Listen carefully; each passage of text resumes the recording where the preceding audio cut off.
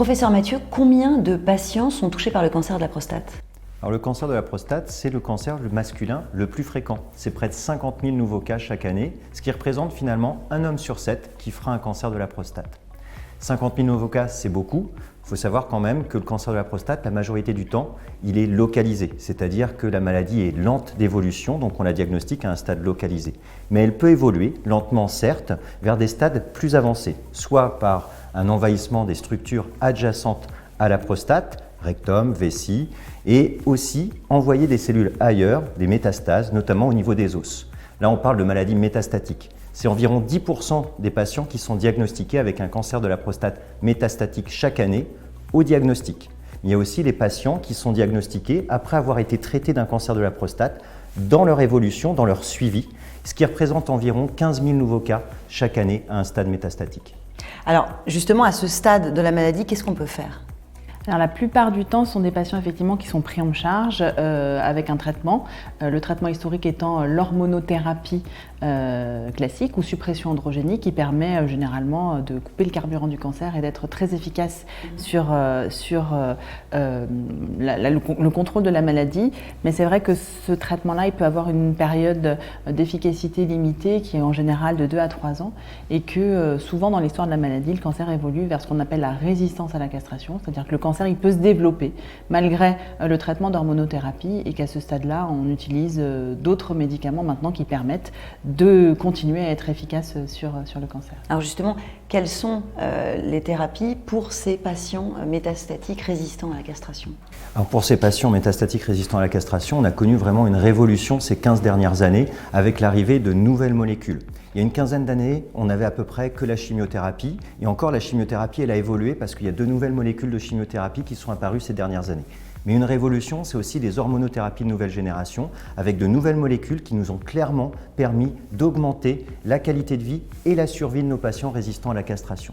Mais maintenant, finalement, ces molécules, elles remontent les lignes et on les utilise dès le stade métastatique, que l'on dit hormonosensible. Ce qui change encore un petit peu notre prise en charge et on est encore en train de découvrir de nouvelles choses maintenant au stade résistant à la castration parce qu'on utilise de nouvelles molécules mais également on utilise de nouvelles séquences puisque ces nouveaux patients ont des molécules plus tôt dans leur vie. Justement, ces innovations, quel impact ont-elles sur le pronostic ?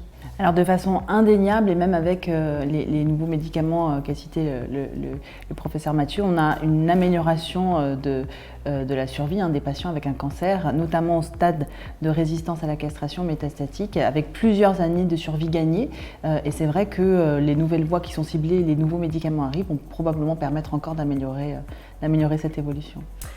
Professeur Mathieu, quelles sont les alternatives thérapeutiques actuelles et à venir pour améliorer encore cette prise en charge? Alors, tout reste encore à faire. Il y a de nouvelles molécules qui apparaissent, qui sont à l'essai.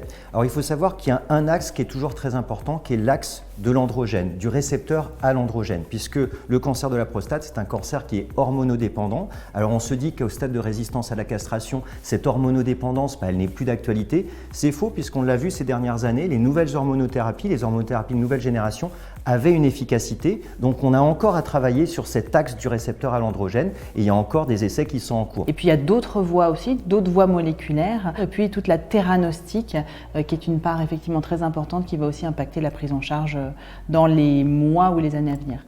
Alors qu'est-ce qu'on sait de ces anomalies de réparation de l'ADN ? Alors historiquement, les anomalies des gènes de réparation de l'ADN, ce n'était pas forcément dans le cancer de la prostate, c'était dans d'autres cancers, notamment le cancer du sein. Et on connaît notamment un type de gène, un pool de gènes, c'est les gènes BRCA pour Breast Cancer. Et donc c'est finalement dans le cancer du sein qu'on les a identifiés, ces gènes de réparation de l'ADN. Et en fait, ce sont des gènes qui prédisposent à la survenue du cancer du sein, mais aussi du cancer de l'ovaire, également du cancer du pancréas. Et on le sait aujourd'hui aussi dans le cancer de la prostate. Et donc ces gènes de réparation de l'ADN, finalement, ils servent à quoi? Ils servent à réparer les anomalies qui apparaissent sur les brins d'ADN qui constituent les noyaux de nos cellules. Et quand il y a une cassure de gènes de l'ADN, cassure de l'ADN, ces gènes de réparation vont avoir une action intéressante pour réparer. Quand on ne peut plus réparer, eh bien, il y a finalement des anomalies qui s'enchaînent et finalement ces cellules vont être responsables d'une prolifération majeure qui favorise la survenue de cancer. Et aujourd'hui, on estime à combien le nombre de patients justement qui seraient porteurs de ces mutations BRCA?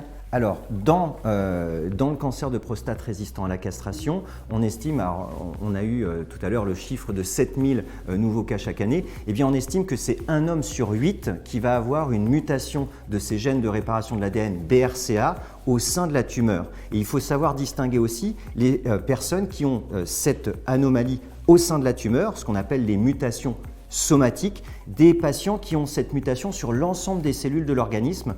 Là, on parle de mutation germinale. Et là, c'est la moitié des patients qui ont une mutation somatique qui vont également avoir une mutation constitutionnelle ou germinale.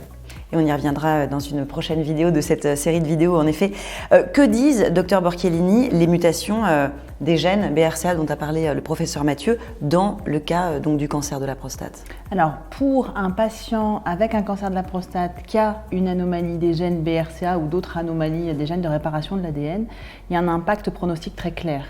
Ce sont des patients qui ont des maladies souvent plus agressives, à un âge parfois plus jeune. Donc c'est vrai que c'est très important quand on a effectivement un patient de pouvoir rechercher ce type d'anomalie, d'autant plus que ça nous permet souvent d'adapter la stratégie thérapeutique de façon plus particulière. Et puis il y a aussi un impact, effectivement, on parlait de mutations germinales, donc potentiellement transmissibles au sein de la famille. Donc il y a un impact évidemment pour les apparentés qui est essentiel pour pouvoir dépister les membres de la famille et éventuellement leur proposer un suivi adapté. Comment est-ce qu'on détecte ces mutations ? Alors, c'est vrai qu'il y a une petite différence en fonction de la recherche d'une anomalie germinale, donc constitutionnelle, ou d'une anomalie somatique qui est acquise et qui permet le développement du cancer. C'est vrai qu'on peut rechercher sur la tumeur. Et là, c'est ce qu'on fait effectivement souvent en priorité quand on a un patient qui est atteint. Et on détecte le plus souvent une anomalie somatique, mais on ne peut pas éliminer la présence d'une anomalie germinale au sein de ce prélèvement. Et donc, on retourne effectivement toujours à cette recherche d'oncogénétique. Et puis ensuite, c'est vrai que la tumeur, c'est bien, c'est pas souvent facilement accessible. Donc, il y a d'autres moyens. Il y a le sang, donc une prise de sang simplement qui nous permet effectivement la plupart du temps de détecter les anomalies germinale, constitutionnelle, mais qui nous permet de plus en plus, avec de nouvelles techniques, d'essayer de détecter de la tumeur qui circule et éventuellement de pouvoir détecter sur cette tumeur des anomalies acquises. Et puis, il y a les prélèvements de cellules normales, comme la salive par exemple, qui nous permet de faire des tests génétiques assez simplement et qui nous permet aussi de détecter ces mutations germinales. À quel stade doit-on proposer à un patient de se faire détecter ? Alors aujourd'hui, il y a des recommandations, et ce depuis plusieurs années, sur le dépistage ou en tout cas la détection d'éventuelles mutations héréditaires dans le cancer de la prostate. Alors ces recommandations, c'est plusieurs sociétés savantes qui les ont formulées, c'est notamment l'Association française d'urologie au travers de son comité de cancérologie. Et aujourd'hui, les recommandations portent sur la détection des mutations dites germinales. On va rechercher des mutations dites héréditaires.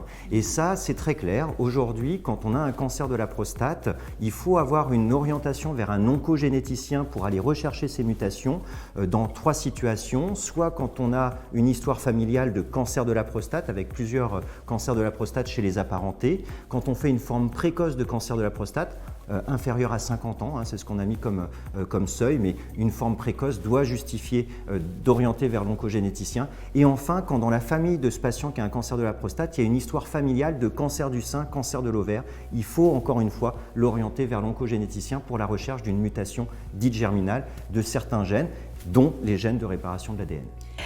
En cas de mutation génétique identifiée chez un patient, quels sont les risques pour les apparentés de développer un cancer de la prostate?